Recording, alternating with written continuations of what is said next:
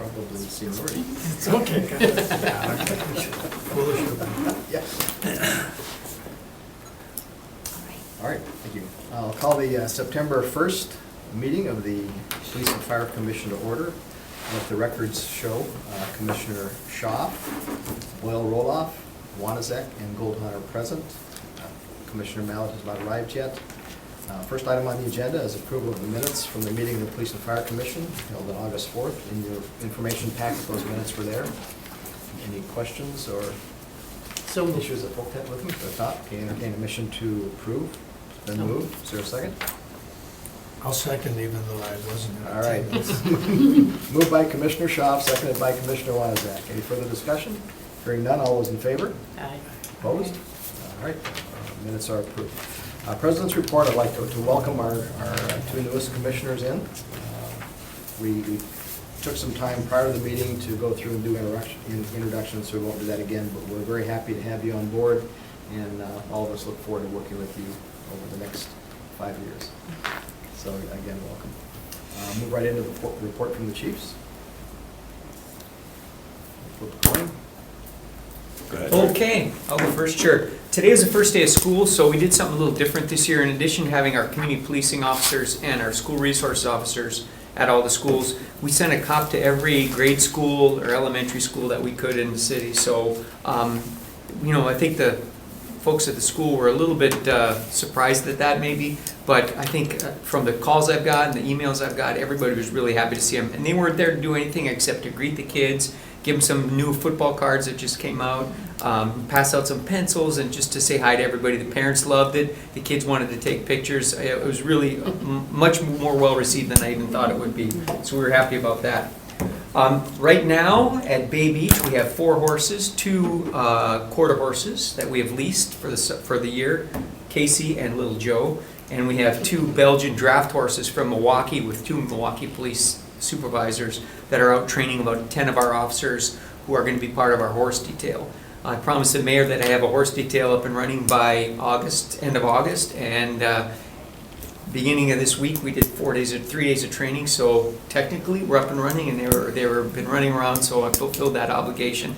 We're going to do a kickoff probably next Tuesday at 1 o'clock. We're going to have a little thing out at Bay Beach, and you're obviously welcome to be a part of that. We're going to introduce people to our new horse detail.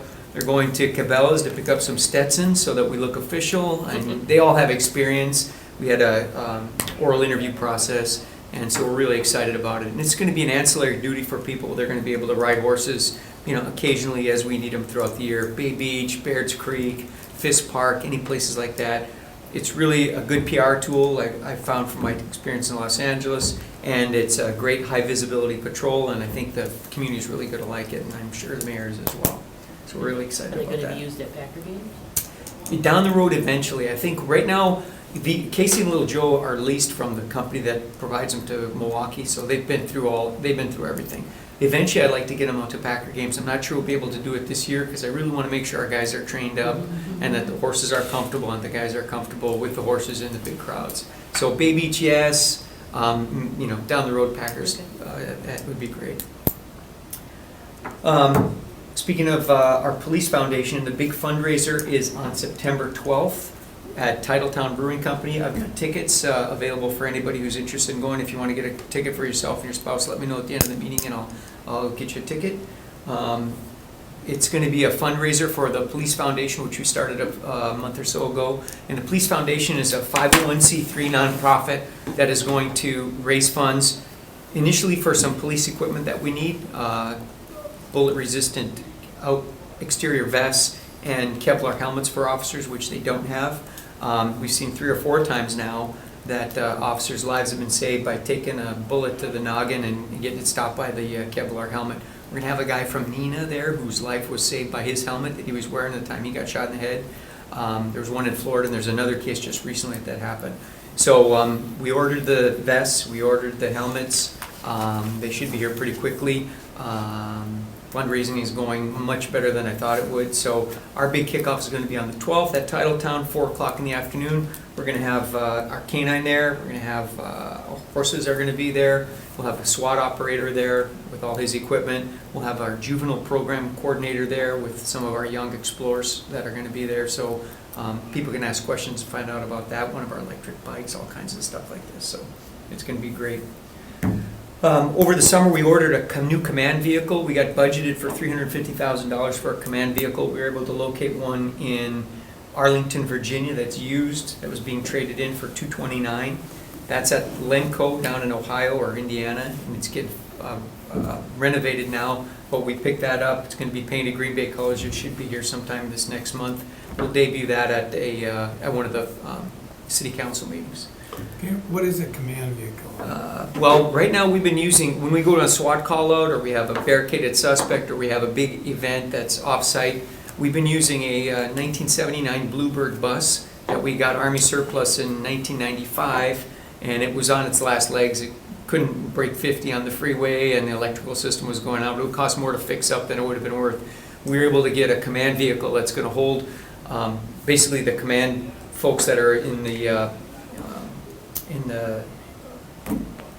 any situation that we have. We'll have the incident commander, a radio operator, a teletype person, all that business. We'll also have a capacity to block off the back so we can do crisis negotiating out of the back of it. It'll have phone lines coming in, it'll have whiteboards up there. So basically if there's an event, a major event, we can take this command vehicle out and run all our operations from there. And we could use it at Packer games, we can use it at, we figured last year we could have used it about 40 different times.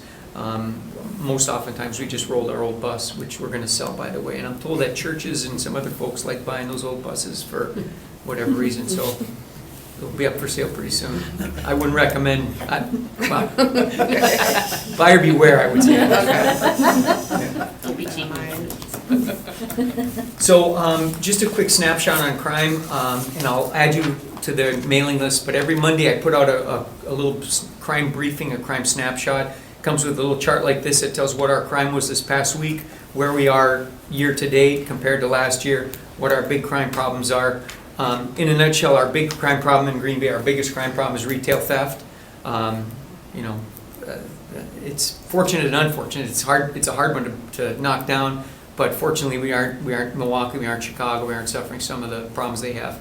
I mentioned it last time, I believe we have not had a person shot in Green Bay since May 14th of this year, which I think is great considering the carnage that's going on 100 and so miles south of here. So we're really happy about that.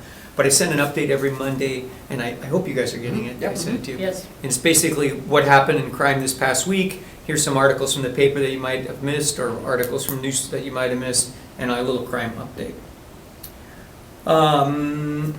Starting in October, it was going to be for a month, but I think the mayor would prefer it went a week. Our officers have been given the option of wearing the breast cancer awareness badge, which I'll pass out here. You can take a look at it. They had to pay $75 for the badge. It raised about $3,500, I think, for breast cancer. They wear it for what's probably going to be a week, not a month. And then it's kind of in conjunction with the NFL and all the other stuff that they're doing. So we'll have a kickoff event. I believe it's on the 27th. We'll do an announcement on that. Our Bring Your Own Five basketball tournament. It's a Bring Your Own Five basketball tournament. It's mostly for adolescents over at Fisk Park. We hold it every Saturday throughout the summer. Just an opportunity to get kids out into the park, have them interact with the cops. It's sponsored by the Divine Temple Church and the police department. We finished off with a barbecue. A little bit of a rainy day, a little bit of a, but we had to cancel the last one because of rain. The one that we had on Saturday didn't have as much participation as we liked, but it was really a good thing for us all year. Gave us a chance to connect with some of these young people that we don't normally connect with. Recruited a couple people for the police department who are going to start going through the application process, which was great for us. So I'm happy to talk about that as much as you want. Let's see. There's a couple of new positions we're trying to fill. One is a youth officer. We've got someone in a temporary assignment there, but we're looking to have an officer do full-time youth programs, explorers, or cadets. Right now we have about 18 kids in our Explorer program. I'd love to see 1,800 kids in our Explorer program because I think that's a great opportunity to work with the kids and keep them on the narrow path. The police foundation that we started is hopefully going to be helping to fund some of the stuff for the youth programs. We're getting a lot of support from the community as far as funding through the police foundation. Also want to select 2 full-time mental health officers. It's a big bite in terms of personnel, but I think we've been running temporary assignments over the course of the summer, and it's really effective when you can have a police officer that really knows what they're doing, work with the mentally ill, and get them into some type of treatment. This past week we didn't have anybody assigned, and there was one guy we picked up 5 times, 5 EM bookings, and on the 5th time he broke the law and did something crazy, so we ended up taking him to jail. But if we can stop that first one and get this person to the facility or the help they need, I think it's going to be cost effective for us. And the last thing is our animal regulations officer is retiring. She did a great job, Sharon, but what we're thinking of is making that a sworn position and seeing if we can get the personnel commission or committee to buy off on making that a sworn position. Reason being is they are doing the same things we're doing. They're out in the field all the time. They're taking enforcement action. They're going alone into people's houses to, take their animals away sometimes. I would certainly feel more comfortable having a sworn officer who's trained, who has a firearm and a vest, going into people's houses to take away their, dogs or cats or whatever, because of the potential for bad things to happen. So that's a little quick nutshell of what we have. Do you have any questions or anything? The people that are gonna be on the horses, are they gonna be from the regular staff, or will they be special? Right, there'll be regular patrol officers. There's a couple of detectives. Dave Steffens, of course, is a big horse guy and did very well in the competition in the interview process. All of them have prior horse experience, but this is just going to be something that they're going to do when we need one. Okay. So we'll say, hey, next Tuesday, there's a big event at this park. We need a couple horses over there, and then who's ever available, hopefully on duty, we won't have to give them comp time or payback time. They'll be assigned to it. They'll come out, get the horse from the stable, put it in the trailer, which we have access to now, bring it in, ride, do all the things that they do, and then go back. Then the next day they'll be right back to So the you regular select job. multiple officers? Yeah, we're looking at about 10 or 11 right now that'll look good, male and female. All of them have pretty good, solid horse experience. And you said that kickoff for that is next Tuesday at 1? Correct. Bay Next Beach? Tuesday, 1 o'clock, Bay Beach. I'll send a little note out once it's Okay. confirmed. The mayor's available then, so that's pretty much going to be our driver for that. But it's going to be great. And what's the time on the September 12th event? September 12th starts at 4 o'clock over at Titletown. We've got the roof and the third floor, rooftop and third floor, so it'll be about 3 hours. And cops will be there. The 2 people on our board, or 3 people on our board, right? Actually 4. Casey Keene from Broadway Chevrolet, Cordero Barkley from Associated Bank, Doug Collins, the head of security for the Packers, and Jen Foster, who's a surgeon over at Bellin. Yeah. I have just on the 2 full-time mental health officers, is that like they're just trained, CIT trained, or is? Yeah, there will be one. We have a significant number of folks that are already CIT trained, Okay. but we'll take. What we'll do is we'll look at all of them. We've been running temporary assignments. We'll have, I think, 6 now that will have been spent 90 days each doing nothing but mental health. They'll go out in a polo shirt, kind of a softer appearance than a regular uniform, in a team of 2, and they'll respond to these calls and hopefully do some proactive things so that we can knock down the amount of time that these folks with mental illness are costing our officers. Any other questions? Okay, great, thank you. Chief Litton. Just a couple of things. Our department participated in an active shooter drill last Friday, Monday, and Tuesday at Preble High School in conjunction with the school district. We had the police department SWAT unit out there and various numbers of their people during this training. So we had an integrated training on essentially going in and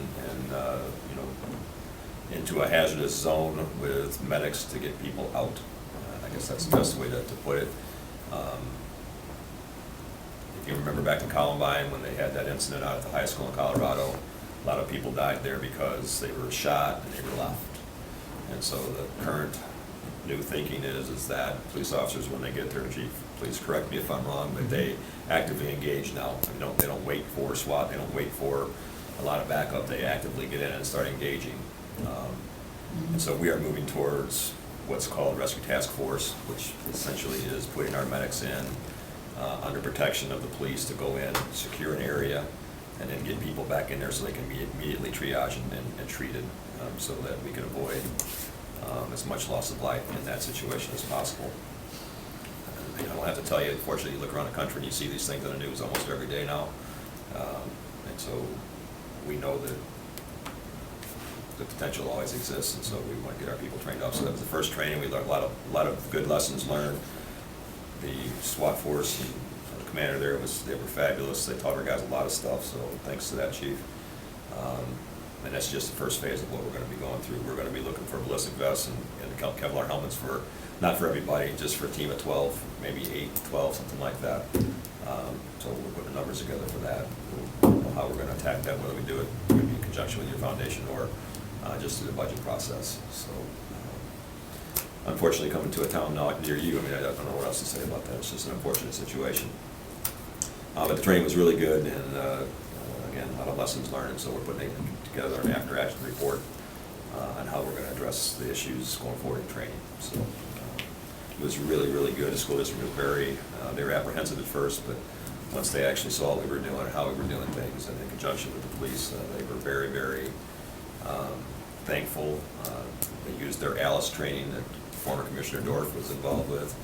On the last day, they actually had their teachers there, and they were actually engaged as well, and so it went very, very well. And so just the first phase of what's going to be an ongoing deal for us. So just from the commission standpoint, we're going to have somewhere between 6 and 8 retirements. We've already had some retirements this year, but upwards of, I know 3 more are going to go for sure at the end of the year. It could be as many as 5, so that would put us at 8. The Fox Valley testing program, so we do all of our testing through Fox Valley Technical College in conjunction with 10 other fire departments, a consortium test. That's completed. I should have that material here shortly. I only say that because we want to move the process. We have to move the process up several weeks this time because the training facility at NWTC is going to be closed down on April 30th because they're completely taking out the burn tower and put a new one in. So we have to be out of there by April 30th, so we have to move everything forward a couple of weeks. So as soon as I get the material from Fox Valley, we'll get in touch with Rod and Melanie.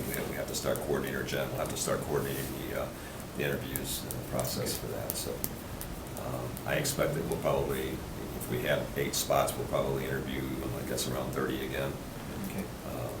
Somewhere in that area, depending on how many people take the test and what the scores look like and so forth. So that's coming up. Much like the chief, we've got budget processes going on, and so we've made some requests, two changes in the table of organization that we're looking for. I'm looking to move one person from the floor as a firefighter, basically up into the fire marshal's office. We have we have a fire marshal and 2 investigators underneath them. That has not changed in about 30 years. When we took over the village of Alloway and provided service to them, and then all the increased building and all the things that are going on here, these guys are just swamped. And then when they are actually out in fire investigations, it just puts them weeks behind, and things are not flowing through the office very well, and we're delaying things. And so it's not a huge cost. It's just moving somebody from basically a firefighter position up into a fire investigator's position, which is a lieutenant spot. It's about $20,000 difference in the whole total package. So that's one thing we're asking for. And then we are starting the conversation about having to man or put an ambulance out at Station 7. There is a huge hole out on the east side. The response time on ambulances out in that area are averaging over 9 minutes. The national standard is 6. We meet that standard everywhere in the city except for out in that area. And so in order to do that, that's a big number. You're talking about hiring 8 people to fill 6 spots because of vacation time and Fair Labor Standard Act time and those things. We realize that we can't ask for 8 people all at once. That's $1 million hit or close to it in a budget year, so we know that that's not feasible. So we're asking us to slowly phase it in. Right now, we can man it about 25% of the time right now with the people that we have, just because of vacations. Heavy vacation time is from end of March through deer season. So the other months, so December, January, February, most of March, we can man the ambulance, and we have been, and it's shown a dramatic decrease in our response time out there. So we're asking to add 2 people this year and come back with the same request next year to add 2 more and then potentially 2 more the following year, trying to lessen the impact on the overall budget. I don't know how that discussion is gonna go, but the measurements are there. We've gotta do something out there. So, like I said, we're meeting the standard everywhere in the city except for out there. And that's the biggest geographic area, Station 7. It's the whole east side of the city. That's where all the growth is at. We've got 4 or 5 subdivisions going on out there right now. There's a huge retirement facility going up. We'll be open in another 2 months. All the development around the Woods Golf Course and things that are going on. So we've got a plan, and we think that if we phase it in like this, we can address the issue. So those are things that we're asking for and that we have included in our budget for discussion and changes in the table of organization. So we'll see how that turns out with the mayor and the council. So there'll be some interesting discussions for sure. So, and other than that, welcome to the new members. Appreciate you guys helping us out. It's a lot of work. It doesn't go recognized very often, but we appreciate it. Which station is 7? Just curious. Huron and Humboldt. Okay, the one next to the community church. Right out there, yep, right by Celebration Church. It's what serves UWGB. Again, it's just geographically, right now, we're sending an ambulance from Station 5, if they're available, which is that across from East Town Mall, basically on It's a Wolf, okay. East Mason, yeah, Arnie Wolf Station. If they're not available, it comes from downtown here, University in Webster, Station 2. If that's not available, it comes from the Alloway Station, Station 8, so you can just start seeing how it impacts the whole thing. Station 2 is our busiest station by statistic. Station 5 is our 3rd busiest. So a lot of times if an ambulance request is out there, those 2 ambulances are not available, and so it's coming from ACE or Station 3 across the river. So that's the impact that it has when things are going. How do you guys keep up with the growth and knowing where the streets are and all those new subdivisions as they grow so fast? Computer-aided dispatch. We basically have a computer system in all the vehicles that get a new CAD system coming in. Hopefully it'll work better than the one we currently have. But And they have that up to date as all? yeah, they generally do upgrades, every 6 months. So and we have a subdivision like that go in. We'll do paper maps until it's actually up and running in the CAD. We're hoping that the new CAD system works better than the current one. That's a county-run project that has nothing to do with the city. We're at the mercy of the county on that. Looks like lots of Wings of Life activity in the. A lot of Wings of Life, so that's. Why don't you explain that to the new commissioners? Sure. So, came up with a program, actually, Bill Zems, who's one of our division chiefs, who's since stepped back to being a captain, but came up with the idea of what we call the Wings of Life. So anytime a crew has a save, in other words, a person that's gone into full arrest, cardiac or respiratory arrest, where they're not breathing, they don't have a pulse, when our crews have essentially changed that and brought a pulse back and brought them back to life, I guess, we issue, as long as they leave the hospital, we issue what's called a Wing of Life, and it's a sticker with a letter that comes from my office, and I generally hand deliver those, and the guys put the stickers on their helmets, much like the Ohio State Buckeyes do, just as a reminder to them of the good work that they're doing. And so whenever those happen, I copy the council and I copy the commission on those, just so that they can see the level of activity, really the impact that these guys are making on a daily basis. And I just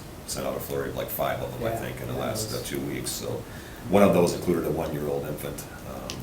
One was a 37-year-old lady. So, the impact that these guys have is obvious, and I just want to make sure everybody understands they're doing good work. So you'll start to see those as soon as I get you on my list. All right, any other questions? Chief? Okay. What we'll generally do, this is a light agenda. So this is the lightest type of agenda we'll have, but oftentimes there'll be recruit or interview summary reviews to do in closed session afterwards. So we'll usually let whatever chief is not involved in that do the report, and then we free them up for the other one. But they'll both stay around because we just have a very little bit left here for the agenda. Communications, we have the budget status report and the budget spreadsheet. 3 items on it, 3 polygraph tests on there, and also that included the bills as well, the 3 bills for that. So if there are no questions, I will entertain a motion to receive and place on file the status report and the budget spreadsheet. So moved. Moved by Commissioner Wanzek, Second. seconded by Commissioner Shaw. Further discussion?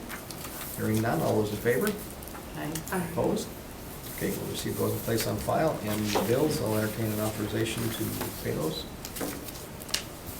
So moved. Second. Moved by Commissioner Wanzek, seconded by Commissioner Shaw. Any further discussion? Hearing none, all those in favor? Aye. Opposed? Okay, here's the bills. Date of the next meeting, on our regular rotation, it would be October 6th at 3 o'clock. Does that work for everyone?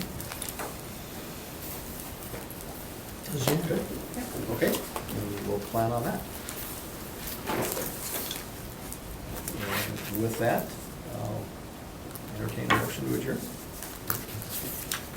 So moved. Moved by Commissioner Second. Roloff, seconded by Commissioner Wanzak. All those in favor? Aye. Opposed? We are adjourned. A copy of our org chart, just to help you figure out if who's who and how we are structured as a department. If you want to Oh, super. tuck that away, it'll be something. I don't know if you, I think you both have Yes, some. yes, yes. Yeah.